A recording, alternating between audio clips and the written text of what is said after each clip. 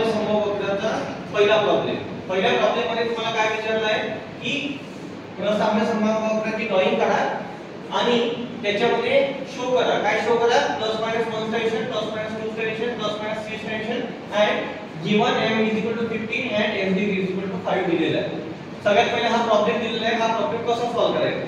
सगळ्यात पहिले सोल्युशन लिहायचं. सोल्युशन लिहिल्यानंतर तुम्हाला असामान्य समवक्राची डायग्राम काढायची. याचे जेवढे प्रॉब्लेम आहेत तुम्हाला पहिले डायग्राम काढावीच लागेल. विथआउट डायग्राम तुम्ही काढू शकत नाही. सगळ्यात पहिले डायग्राम काढायची. ही डायग्राम मी काढली आहे.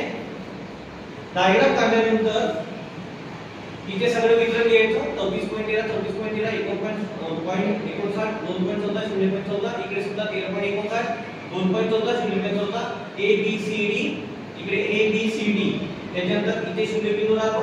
मधला जो मधली जी रेष राहते त्याला शून्य बिंदू असं म्हणतो. इथे मीडियन मोड राहते. इकडे प्लस 1 स्टेशन पहिल्या रेषेवर, दुसऱ्या रेषेवर प्लस 2 स्टेशन, तिसऱ्या रेषेवर प्लस 3 स्टेशन. या साइडला मायनस राहते, या साइडला प्लस राहते. इतकं डायग्राम काढून घ्यायचं. आता उदाहरणार्थ आपल्याला काय विचारत आहे की डायग्राम काढा. ठीक आहे. असामान्य समवक्राची डायग्राम काढा आणि त्याच्यामध्ये काय दाखवा?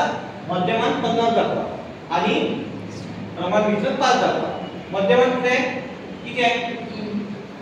मध्यमान कुठे राहते? शून्य बिंदू पासून राहते. मध्यमान किती दिलं आहे?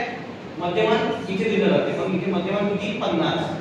आणि इथे काय म्हणते की SD 5 दाखवा. आता पहा इथे प्रत्येक समोर SD 5 प्रमाणात दिलाय 1 2 3. ठीक आहे.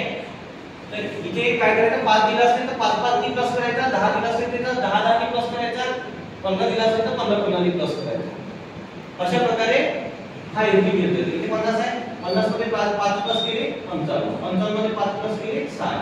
60 मध्ये 5 प्लस केले 65. इकडे कमी कमी करत आहे. इकडे काय की मायनस आहे. हे मायनसची बाजू आहे आणि ही प्लसची बाजू आहे.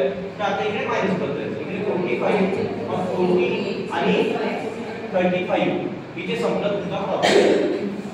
समजला प्रॉब्लेम? अशा प्रकारे दाखवायचा. मीन हा दाखवला आपण आणि स्टँडर्ड डिव्हिजन दाखवायला इकडे वाढवत आहे. संपतो.